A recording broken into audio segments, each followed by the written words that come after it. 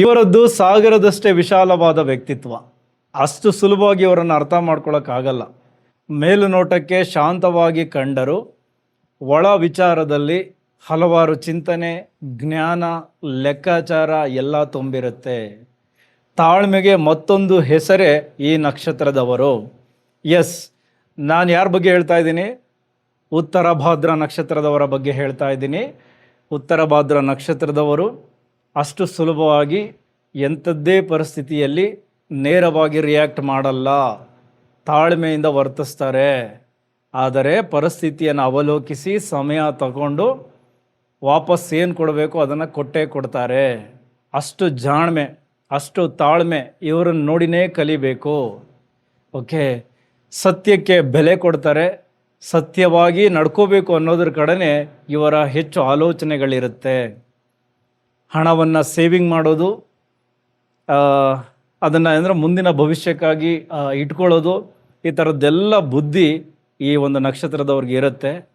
ಅದರ ಜೊತೆಗೆ ಹಿರಿಯರಿಗೆ, ಅನಾಥರಿಗೆ ಸಹಾಯ ಮಾಡೋದು ಇವರಲ್ಲಿ ಸ್ವಭಾವತಃ ಬರುವಂತಹ ದೊಡ್ಡ ಗುಣ. ಇನ್ನು ಮೊದಲಾರ್ಧ ಹೆಚ್ಚು ಶ್ರಮವನ್ನು ಪಡ್ತಾರೆ. ಸೆಕೆಂಡ್ ಹಾಫ್ ಲೈಫಲ್ಲಿ ಶ್ರೀಮಂತಿಕೆಯನ್ನು ಅನುಭವಿಸ್ತಾರೆ, ಜೊತೆಗೆ ನೆಮ್ಮದಿಯ ಜೀವನವನ್ನು ಕೂಡ ಕಾಣ್ತಾರೆ. ಅಂದರೆ ಅಭಿವೃದ್ಧಿಯನ್ನು ಕಾಣುವಂಥದ್ದೆಲ್ಲ ಇವರ ಸೆಕೆಂಡ್ ಹಾಫ್ ಲೈಫಲ್ಲಿ. ಅದರ ಜೊತೆಗೆ ಒಂದಷ್ಟು ನೆಗೆಟಿವ್ ಪಾಯಿಂಟ್ಸ್ಗಳು ಇದ್ದಾವೆ. ತುಂಬ ಸೋಮಾರಿಗಳು. ನಾಳೆ ಮಾಡೋಣ, ನಾಳೆ ಮಾಡೋಣ, ನಾಳೆ ಮಾಡೋಣ ಅಂತ ಈ ನಾಳೆಗಳನ್ನು ತರ್ತಾನೆ ಇರ್ತಾರೆ ಅವರ ಬಾಳಲ್ಲಿ. ಬಟ್ ಒನ್ಸ್ ಕೆಲಸಕ್ಕೆ ಕಮಿಟ್ ಆದರೆ ಕೆಲಸ ಮುಗಿಯೋವರೆಗೂ ಬಿಡಲ್ಲ, ಆ ರೀತಿ ಕೆಲಸ ಮಾಡ್ತಾ ಇರ್ತಾರೆ. ಬಟ್ ಕಮಿಟ್ ಆಗೋದೇ ಕಷ್ಟ. ಸೋಮಾರಿತನ ಬಿಟ್ರೇ ಇವ್ರಿಗೆ ಒಳ್ಳೆಯದು. ಅದರ ಜೊತೆಗೆ ತುಂಬ ಕೋಪಿಸ್ಟರು, ಬೇಗ ಕೋಪ ಮಾಡ್ಕೊಳ್ತಾರೆ. ಯಾರಾದರೂ ಇವ್ರಿಗೆ ತೊಂದರೆ ಕೊಟ್ಟರು ಅಥವಾ ಏನೋ ಬೇರೆದನ್ನೇನೋ ಮಾಡ್ತಾ ಇದ್ದಾರೆ ಅಂತ ಗೊತ್ತಾದರೆ ಸೇಡ್ ತೀರಿಸ್ಕೊಳ್ಳೋವರೆಗೂ ಬಿಡಲ್ಲ, ಸಮಯ ನೋಡಿ ಹೊಡಿತಾರೆ.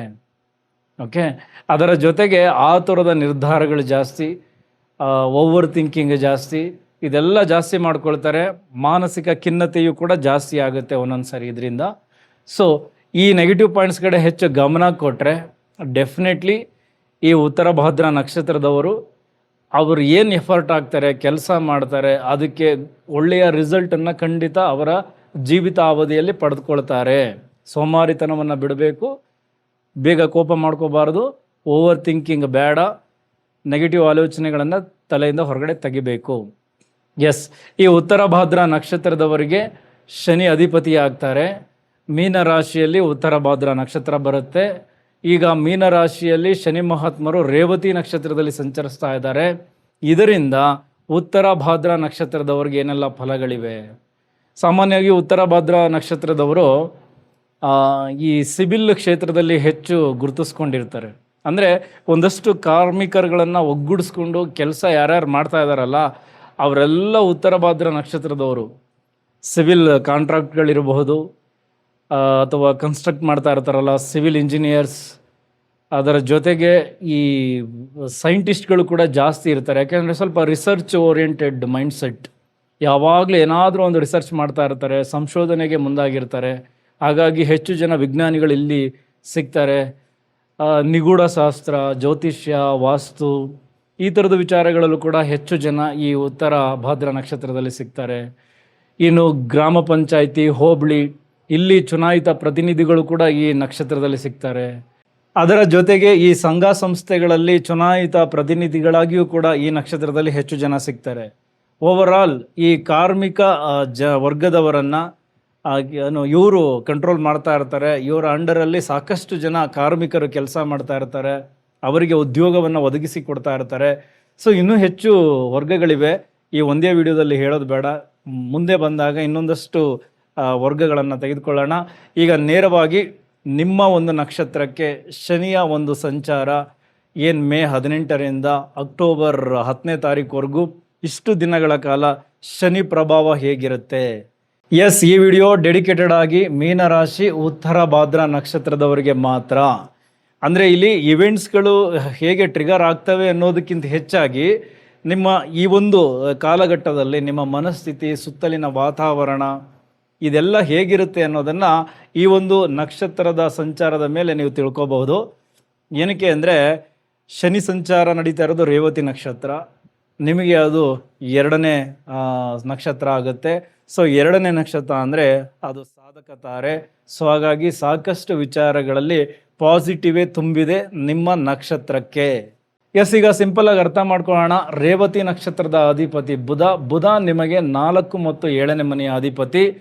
ನಿಮ್ಮ ನಕ್ಷತ್ರಕ್ಕೆ ರೇವತಿ ನಕ್ಷತ್ರ 2ನೇ ನಕ್ಷತ್ರ, ಹಾಗಾಗಿ ಅದು ಸಾಧಕ ತಾರೆ ಆಗುತ್ತೆ.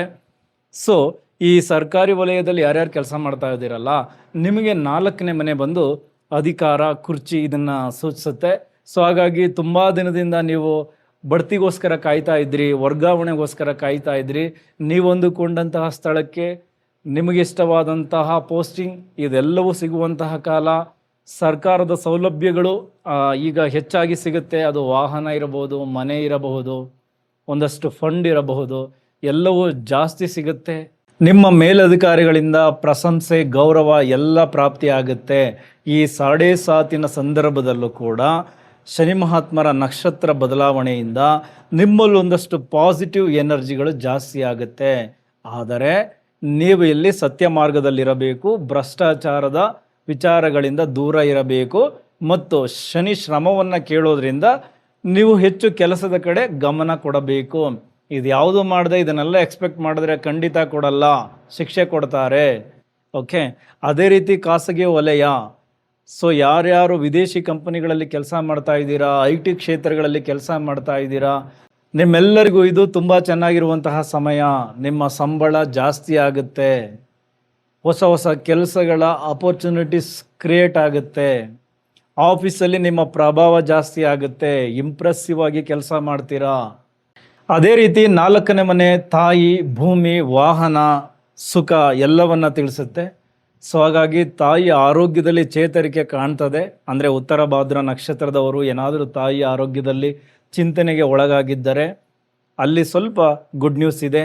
ಅದೇ ರೀತಿ ತಾಯಿಯಿಂದನೂ ಕೂಡ ನಿಮಗೆ ಲಾಭಗಳಿವೆ. ತಾಯಿಯ ಸಮಾನರು ಯಾರ್ಯಾರಿದ್ದಾರೋ ಅವರಿಂದ ನಿಮಗೆ ಸ್ವಲ್ಪ ನೆರವು ಸಿಗುತ್ತೆ, ಆಸ್ತಿ ಸಿಗಬಹುದು, ಆಸ್ತಿಯನ್ನು ಮಾಡ್ತೀರಾ. ಮನೆ ಖರೀದಿ, ಫ್ಲ್ಯಾಟ್ ಖರೀದಿ, ಈ ಥರದ್ದೆಲ್ಲವೂ ಈ ಒಂದು ಕಾಲಘಟ್ಟದಲ್ಲಿ ಆಗುತ್ತೆ.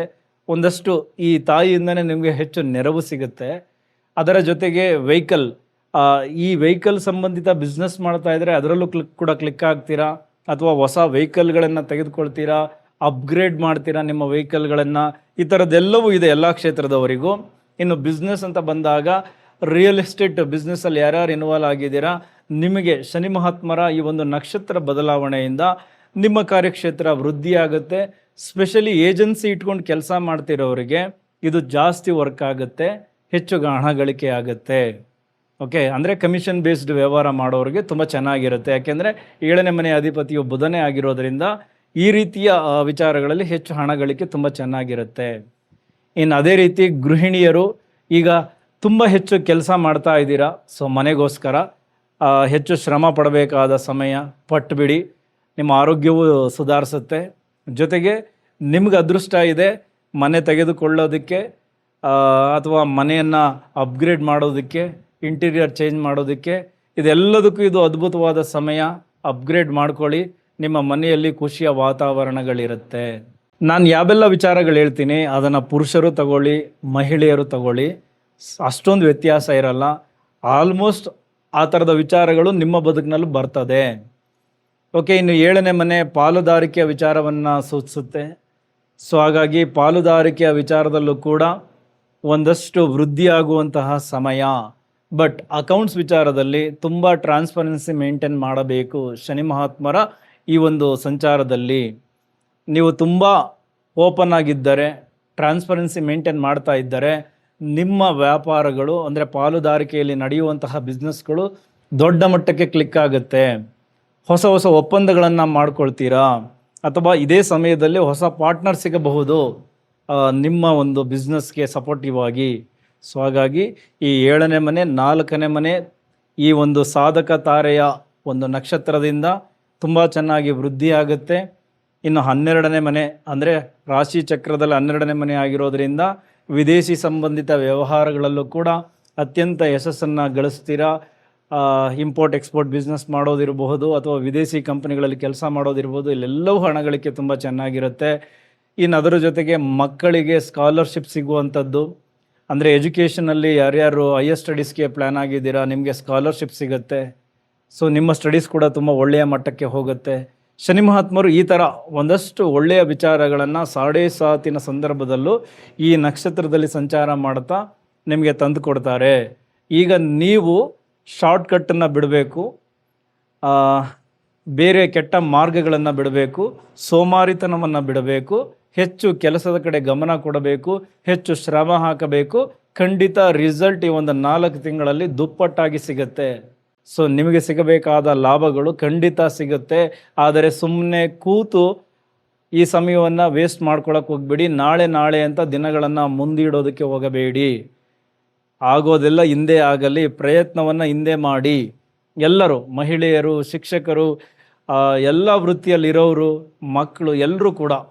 ಬಟ್ ಆರೋಗ್ಯ ಅಂತ ಬಂದಾಗ ಬುಧ ಈ ನರಮಂಡಲ ಜೊತೆಗೆ ಸ್ಕಿನ್ನನ್ನು ತೋರಿಸ್ತಾರೆ. ಇನ್ನು ಮೀನರಾಶಿ ಪಾದ. ಸೊ ಹಾಗಾಗಿ ಹಿರಿಯ ನಾಗರಿಕರಿಗೆ ಈ ನರಗಳ ವೇದನೆ ಜಾಸ್ತಿ ಆಗಬಹುದು. ಅದರ ಜೊತೆಗೆ ಸ್ಕಿನ್ ರಿಲೇಟೆಡ್ ಇಶ್ಯೂಸ್ಗಳು ಜಾಸ್ತಿ ಆಗುತ್ತೆ. ಪಾದಗಳಿಗೆ ಸಂಬಂಧಪಟ್ಟಂತಹ ನೋವುಗಳು ಜಾಸ್ತಿ ಆಗುತ್ತೆ, ಏಟ್ಗಳನ್ನು ಮಾಡ್ಕೊಳ್ತೀರಾ, ಇದೆಲ್ಲ ಇದೆ. ಸೊ ಓವರಾಲ್ ಉತ್ತರ ಭಾದ್ರ ನಕ್ಷತ್ರದವರಿಗೆ ಶನಿ ಸಾಧಕ ತಾರೆಯಲ್ಲಿ ಸಂಚಾರ ಮಾಡ್ತಾ ಇದ್ದಾರೆ. ಸೊ ಹಾಗಾಗಿ ಅದನ್ನು ಸರಿಯಾಗಿ ಬಳಸ್ಕೊಳ್ಳುವಂತಹ ಸಮಯ. ನಿಮ್ಮ ಎಫರ್ಟ್ ಕಡೆ ಗಮನ ಕೊಡಿ, ಕೆಲಸದ ಕಡೆ ಗಮನ ಕೊಡಿ. ನಿಮ್ಮೆಲ್ಲರಿಗೂ ಒಳ್ಳೆಯ ದಿನಗಳು ಕಾದಿದೆ. ನಿಮ್ಮೆಲ್ಲರಿಗೂ ಒಳ್ಳೆಯದಾಗಲಿ. ಇಷ್ಟೊತ್ತು ಈ ವಿಡಿಯೋ ನೋಡೋದಕ್ಕೆ ಧನ್ಯವಾದಗಳು. ಮುಂದಿನ ವಿಡಿಯೋದಲ್ಲಿ ಮೀನರಾಶಿ ಪೂರ್ವಭಾದ್ರ ನಕ್ಷತ್ರದವರಿಗೆ ನಾನು ತಿಳಿಸ್ತೀನಿ. ಸೊ ಪೂರ್ವಭಾದ್ರ ನಕ್ಷತ್ರದವರು ಆ ವಿಡಿಯೋವನ್ನು ನೋಡ್ಬೋದು. Thank you very much.